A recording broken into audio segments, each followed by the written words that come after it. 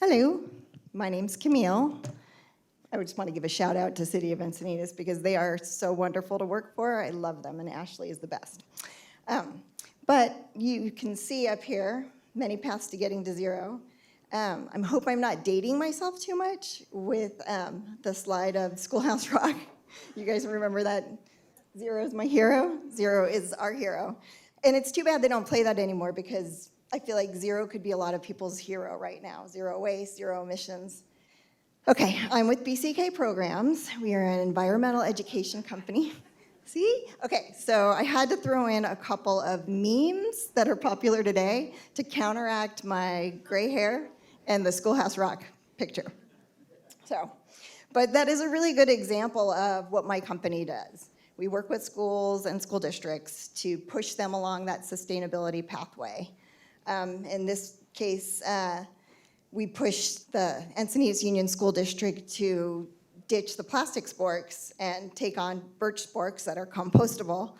But then when we were in the process of doing that, we kind of convinced them to put dishwashers in, and hopefully they will be transitioning to metal utensils. So we focus on all manner of environmental issues, but waste diversion is hot right now, as you all know.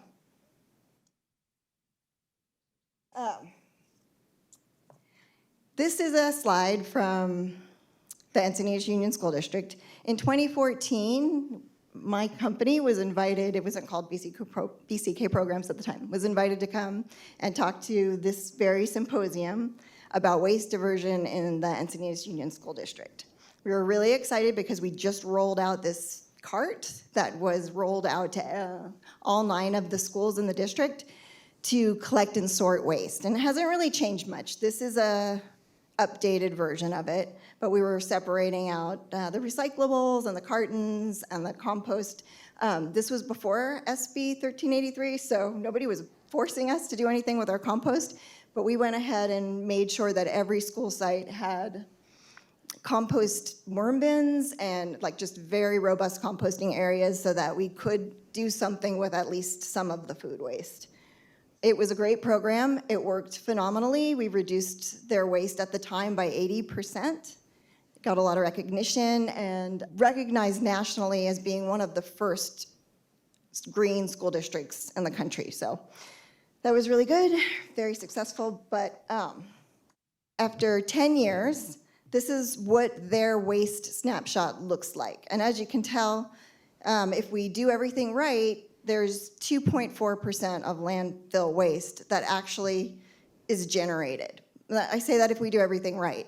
This school district mostly does everything right. There's very little contamination, and it's working. But Laura didn't ask me to come here today and talk about EUSD. I will say that the snapshot looks the way it does because we do get support from the school district and the city of Encinitas. So all things working on that front. I was invited here to talk to you about National City and Escondido. This is a snapshot of what National City could look like, and they're actually headed on their way to look like that. So 19 to 20% landfill waste. They're on their way. We work with kids to do all manner of waste audits, and this is how we get them to this point. We have some comprehensive waste audits that look at every single tiny piece of waste that they go through. And then we also do contamination audits where they look at all of the trash bags and see what people are doing wrong. And it's been working pretty good so far. They wouldn't be as far as they were, though, if it wasn't for the students. And I think this is one of my main points today, is that the students are responsible for persuading the grown-ups to make the changes. So when you have students involved in the work and presenting data to the decision makers, they always change their mind. And that is something that we are very proud of.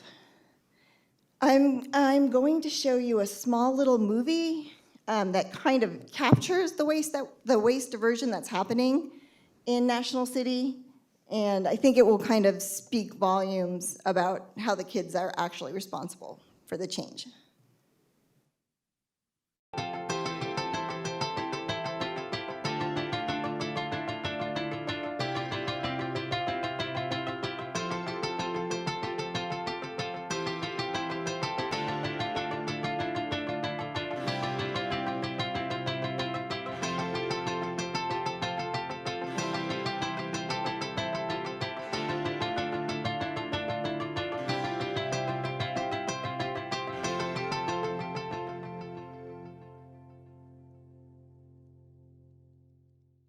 The snippet comes from a video that students are making that will be played at the 10 schools in the school district. As the school district adds organics to their already pretty good recycling system. We might be waiting even more for this action to take place if it were not for the 4th and 6th graders taking the initiative as part of one of our climate action programs. Our climate action program that we put in place at schools is a year-long class where students match school strategies to combat climate change with those listed in the climate action plans that you've heard talked about today. So most of them have a solid waste plan. Our plan addresses solid waste, and that's where we get the kids to learn about methane gas reduction and how methane is horrible for the planet, and so they relay that information to the decision makers and force them to make a decision for the benefit of the school. A year prior to them adding the organics, other students convinced the same administrators that changed the organics policy at National School District to collect cartons. The students had done some audits and realized that they were putting well over 1 million cartons into the landfill every year. When they put those shocking numbers out to the school district, they were able to start recycling their cartons. This was all happening before COVID. They were getting their juices kind of flowing, and then COVID came and we had to kind of start all over again. But that video that you just saw is kind of how all the schools are operating. And that's how we will get them to that small 20% of landfill waste. Okay, and I'm reading, by the way, because if I don't keep to my notes, I will speak on one slide for like 20 minutes, and nobody wants that. Okay, so the more concerning snapshot picture is Escondido schools. This year, the city of Escondido hired my team to come in and work with the Escondido schools. The snapshot that you're looking at is a waste audit, or numbers we took from a waste audit from Conway Elementary School. As you can see, if we nail waste diversion in this school, we will have very little landfill waste as well. But I say, as you can see, if we nail it. There's some good news and some bad news. The good news for the schools in Escondido is that they have already rolled out their green bin. So you saw in the picture for National School District, they added the green bins in. Escondido has already done that too, and they are collecting their green waste in a big dumpster, but they aren't really paying a whole lot of attention to contamination.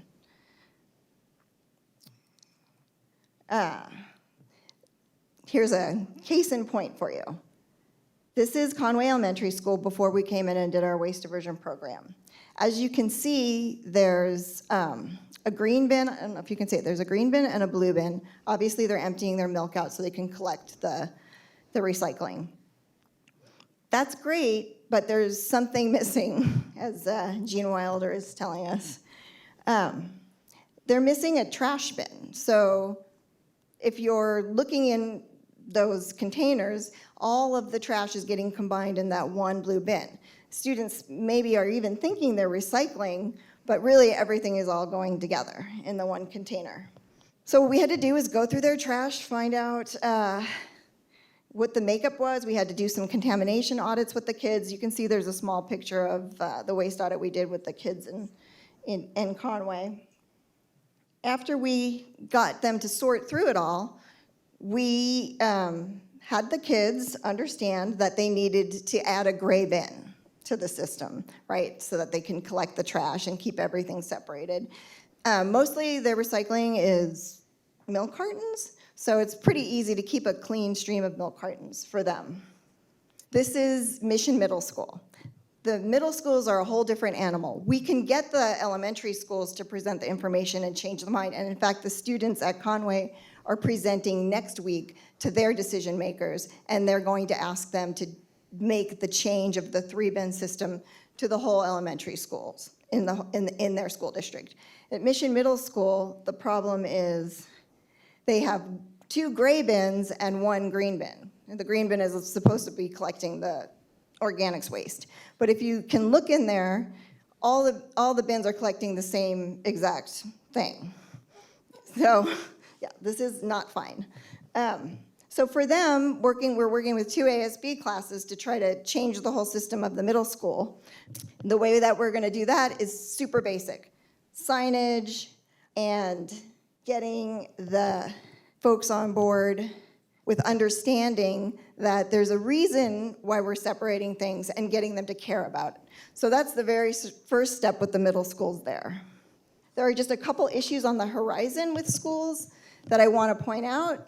No schools really understand if they're allowed to bag or not bag in their organics and their recycling. And as much as we try to persuade them otherwise, it just doesn't really happen, and it falls on ears that don't really want to hear it.